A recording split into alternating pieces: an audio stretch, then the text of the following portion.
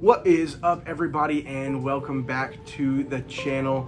To my right are 5 decks that I think every cardist should have, and if you don't, hopefully by the end of this video some of the insight and just some of my reasons for why I think you should have them would convince you to grab them. That being said, if you're not already subscribed to the channel, please do so. We're still growing, still new people coming in, and I appreciate that very much. Watch the end of this video if you want to learn about the 5 different decks. And that's about it, ladies and gentlemen. Let's roll that intro and get started.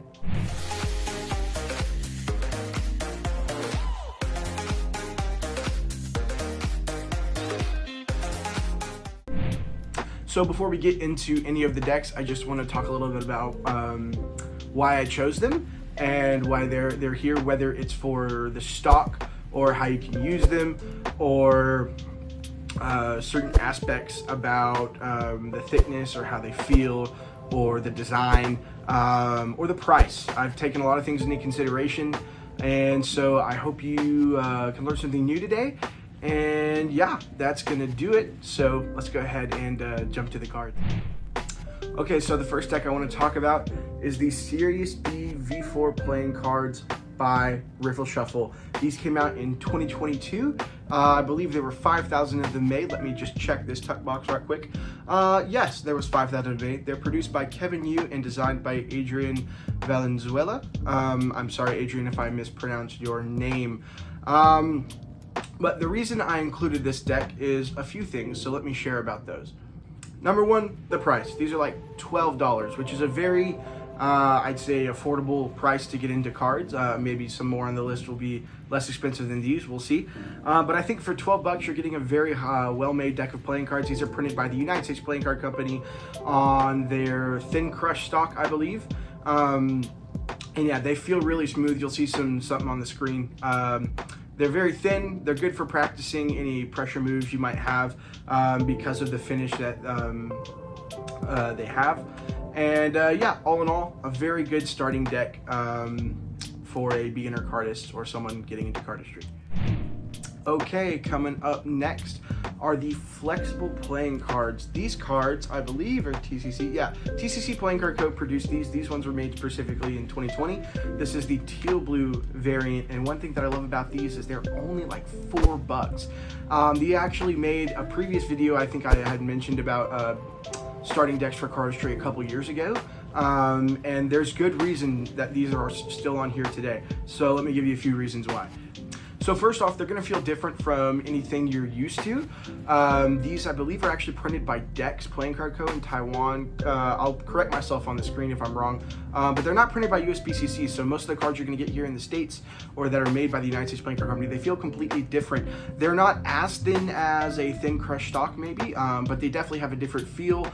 They maybe feel a little silkier to some people, maybe better for packet cuts for others. But for me, I love practicing packet cuts with them especially. And they're just a very overall versatile deck to have in any person's collection. And they're only $4. You can't beat it. Okay, so we're getting into our third deck, which is going to be the Orbit V8 playing cards, made by Orbit Brown. And yeah, designed by Daniel Snyder. He designs almost all their decks, I'm pretty sure. But the reason I picked these is, again, for the feel. Their cards are web pressed, which is different from a lot of different finishes that you'll find in the playing card community. So these feel completely different to a lot of the different decks you'll find. The design looks absolutely fantastic on camera, and they're not too expensive. I think you can still find these for around $20. They are sold out on Orbit's website, I'm pretty sure, but I'll find somewhere down below where you can purchase them. I'll find a link somewhere, don't worry. But yeah, they're a fantastic deck of cards. I think they will feel like something you've probably never handled before if you don't own any Orbits, and I think you'll really enjoy them just as much as I have. All right, moving on to deck number 4. This deck is actually a little harder to come by now, but it's on here for one reason and one reason only, and that is packet cuts. And that deck is going to be the Black Dots by Anyone Worldwide. Once these are broken in, just a little, it is by far the absolute go-to packet cut deck for me. If there's anything I'm struggling on, anything I'm trying to work on, any new mechanic I'm trying to learn, I always use these. Somehow they still fan beautifully, even after years of abuse. But I will try and find somewhere for you guys to pick these up. I absolutely love them. They're fantastic for packet cuts. And if you get your hands on some, let me know what you think, because I think they are just absolutely necessities for anyone trying to practice and improve in cardistry. All right, ladies and gentlemen, we are down to our last deck of the top 5. And this one's on here for a multitude of reasons, so let's just go ahead and reveal it. You probably already know what it is. I'm going to go with the Star Wars playing cards by Theory 11. Doesn't matter the red ones, the black ones, any other colorways. I have the blue ones here right now. I have a couple others elsewhere, but there's a couple reasons I picked these, so let me tell you why. Number one is accessibility. You don't have to order these online. They're probably in every Walmart and Target and CVS and Walgreens you can think of, and they're better than bicycles. They're better than tally-hos, in my opinion, if you even have those in your area. You can find these in just about any place in the States that you can think of. I think they're $10. They're printed by Theory 11, so they have a beautifully finished stock and feel. They're a little thicker, which is another reason I put them on this list. So they're not as thin as the other ones. They give you a better, more fuller hand feel when you're using them. They're beautifully designed.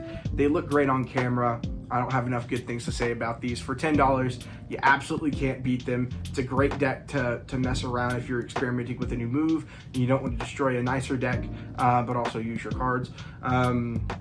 But yeah, for $10, you absolutely can't beat it. Let me know if you guys have these, if you've tried them. I'd love to hear your thoughts. All right, ladies and gentlemen, that's going to about wrap up everything that I have for you today. If you enjoyed this video, please leave a like. Please subscribe if you're new. That'd be awesome. Comment if you enjoyed, if there's anything more you want to learn about these decks. If you have any other questions about other decks of playing cards, or you want to get more into cardistry and my opinions on certain decks and brands and feels, feel free, ask me anything in the comments. I respond to everybody.